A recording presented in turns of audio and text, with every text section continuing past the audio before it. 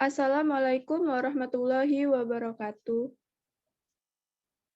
Perkenalkan, kami dari kelompok 5 akan menjelaskan tentang alat-alat laboratorium mata kuliah Pengelolaan Laboratorium dengan dosen pengampu Bapak Pandu Jati Laksono, MPD.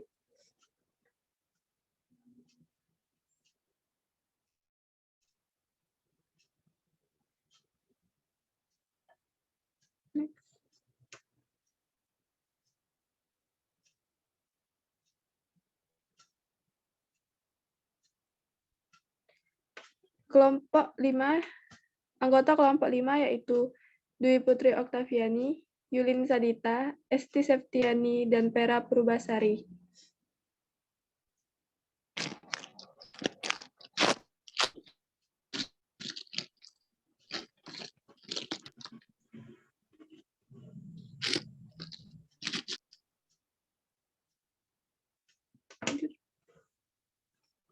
Materi yang akan kami jelaskan pada hari ini yaitu tentang alat gelas, alat optik, alat listrik, alat besi, dan gas chromatography mass spectrometer atau GCMS.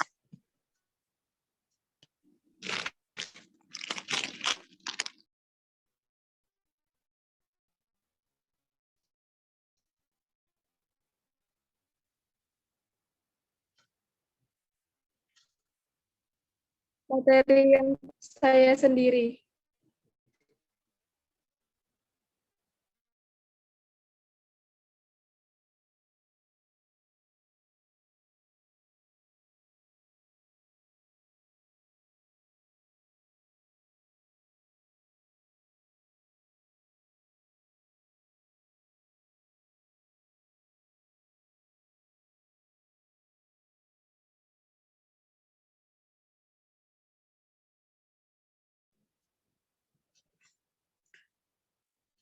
Alat gelas.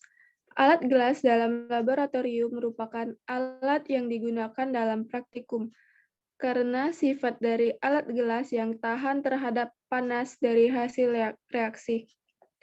Alat gelas juga memudahkan dalam mengamati proses perubahan warna terhadap hasil reaksi kimia. Selain itu, alat yang terbuat dari kaca juga tidak mudah bereaksi dengan bahan-bahan kimia saat melakukan praktikum di laboratorium.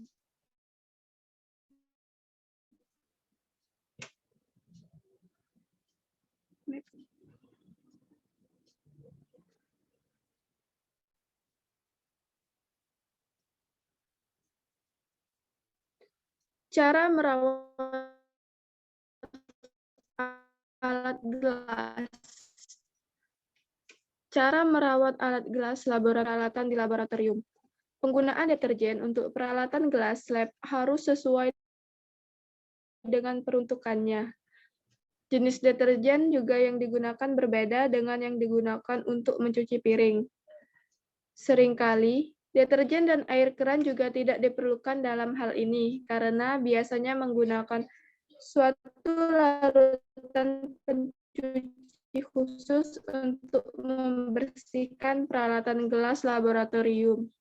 Kemudian dibilas menggunakan air bilasan akhir dengan air deionisasi jika diperlukan.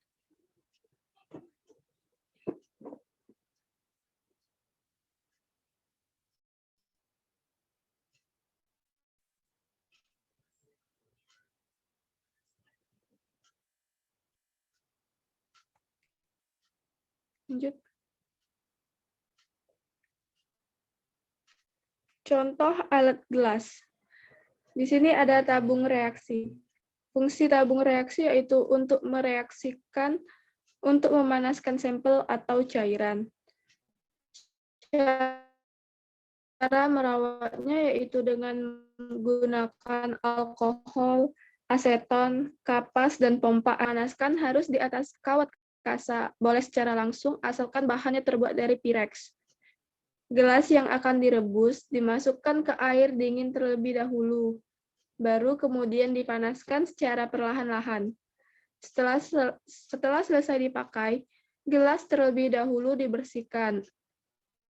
bisa menggunakan air bersih, deterjen, maupun larutan lainnya.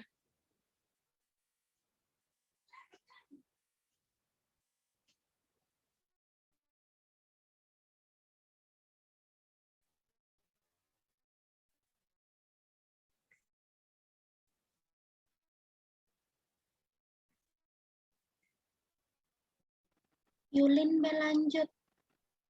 Dwi kayaknya nggak katik sinyal.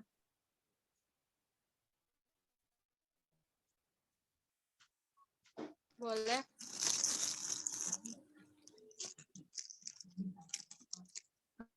Lanjutin.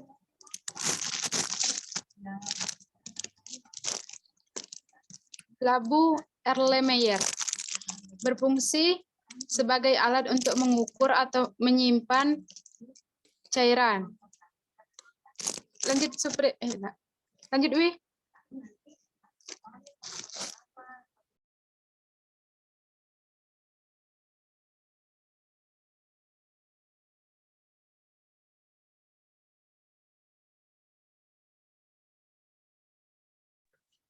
Yang kedua yaitu alat optik akan dijelaskan oleh Saudari Yulin Sadita.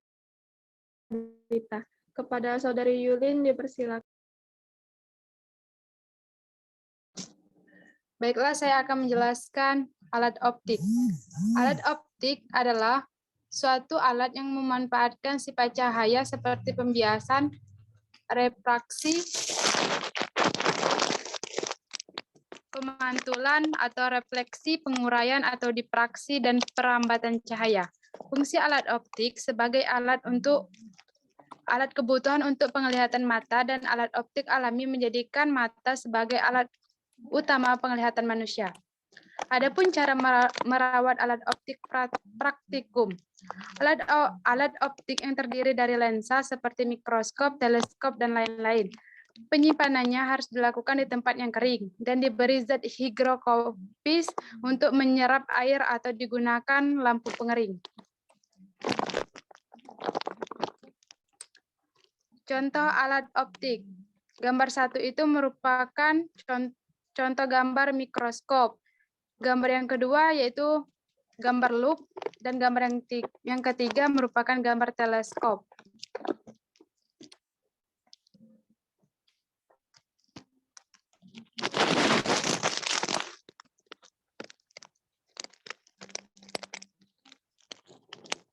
Ketiga, alat listrik.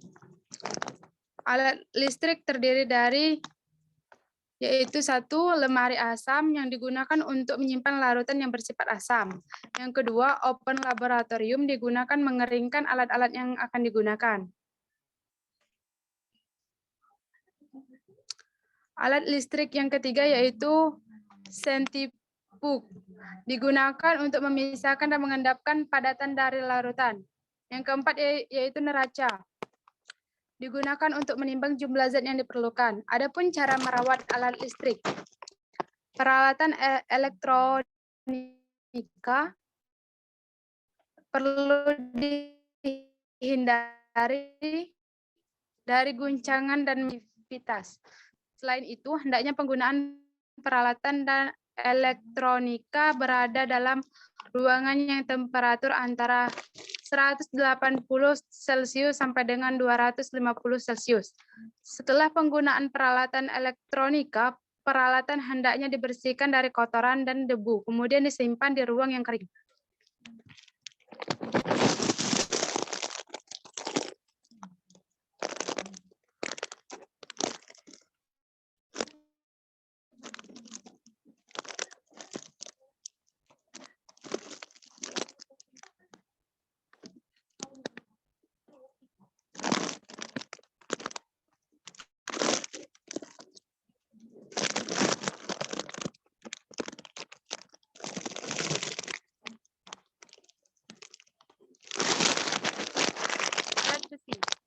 Alat besi memiliki beberapa keunggulan pada bahan kaca. Misalnya tidak mudah pecah. Dari sekian banyak alat laboratorium yang ada, peralatan ini sangat sedikit. Peralatan alat laboratorium yang terbuat dari besi lebih mudah dan praktis daripada peralatan laboratorium yang terbuat dari kaca. Kamu hanya perlu untuk menghindari dari kontak terhadap zat cair, entah itu air ataupun bahan kimia cair. Contoh peralatan laboratorium yang terbuat dari besi adalah kaki 3, klem, dan statif.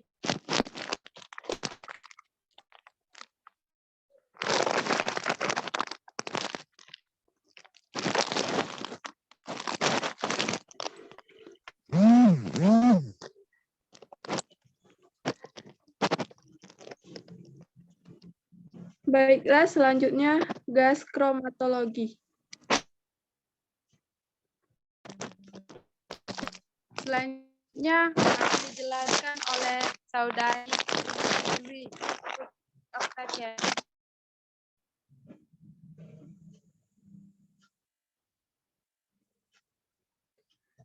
Gas kromatologi atau yang sering disingkat dengan GCMS merupakan metode pemisahan senyawa organik yang menggunakan kromatografi gas atau GC dan spektrometri massa atau MS. Gas kromatografi adalah jenis kromatografi yang umum digunakan dalam analisis kimia untuk pemisahan dan analisis senyawa yang dapat menguap tanpa mengalami dekomposisi. Fungsi gas kromatografi yaitu 1. Untuk pemisahan senyawa dalam suatu sampel, 2. Penghitung kadar senyawa dalam suatu sampel, 3. Pengujian kemurnian suatu senyawa, 4. Identifikasi senyawa yang ada pada suatu sampel, 5. Menyiapkan suatu senyawa murni dari suatu sampel.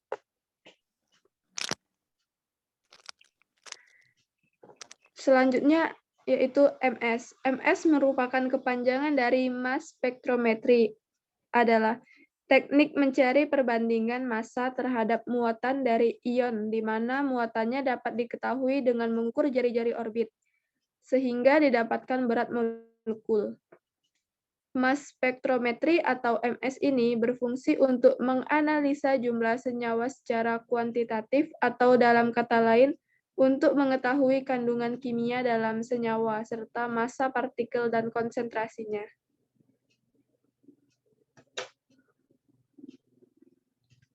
Mekanisme atau prinsip kerja dari kromatografi gas, yaitu diawali dengan cuplikan, diinjeksikan ke dalam injektor, kemudian diuapkan, hingga cuplikan berubah menjadi uap atau gas.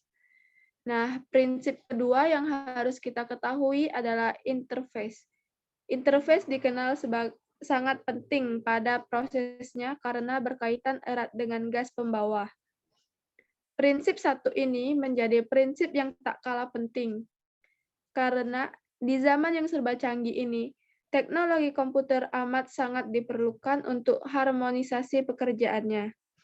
Instrumen terpadu seperti GCMS dalam pengolahan atau penyuguhan data analisis. Baiklah, sekian presentasi dari kelompok kami. Apabila ada yang ingin ditanyakan, bisa chat ke salah satu anggota kami. Terima kasih sebelumnya. Wassalamualaikum warahmatullahi wabarakatuh.